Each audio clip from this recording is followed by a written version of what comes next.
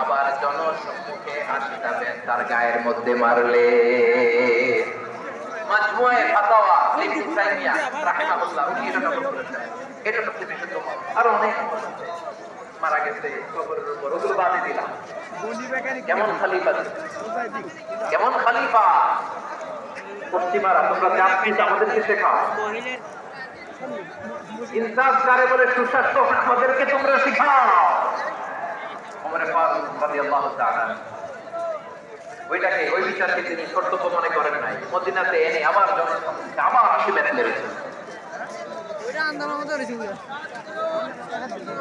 মিশরে ওমর ফারুক রাদিয়াল্লাহু তাআলা আমর ইবনে আল-আসকে গভর্নর করে পাঠালেন। সেখানে আমর ইবনে আল-আসের ছেলে একটা প্রতিযোগিতায় রানার আপ হয়েছে, এক মিশরি সেখানে চ্যাম্পিয়ন হয়েছে। রানার আপ বুঝতে পেরেছেন তো?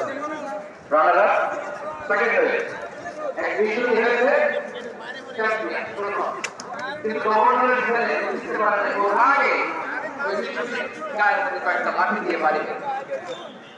মিশরি যে মদিনাতে ওমর ফারুকের কাছে বিচার দিলেন, আপনার গভর্নরের ছেলে অন্যায়ভাবে আমার গায়ে হাত তুলেছে।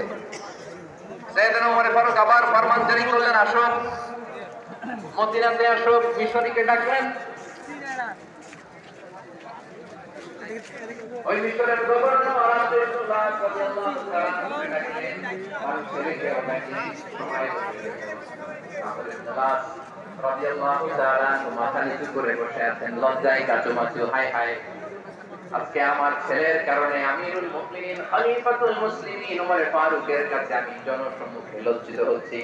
সাইয়েদনা ওমর ফারুক বললেন, এই নাও লাঠি। গভর্নরের ছেলে তোমার মাথার মধ্যে যতগুলো বাড়ি মেরেছে, আজকে জনসম্মুখে তুমি অতগুলা বাড়ি মারো। মিশরে বলে, থাক, আপনি যে ডেকে আনছেন সবার সামনে এটা বলছেন, এতেই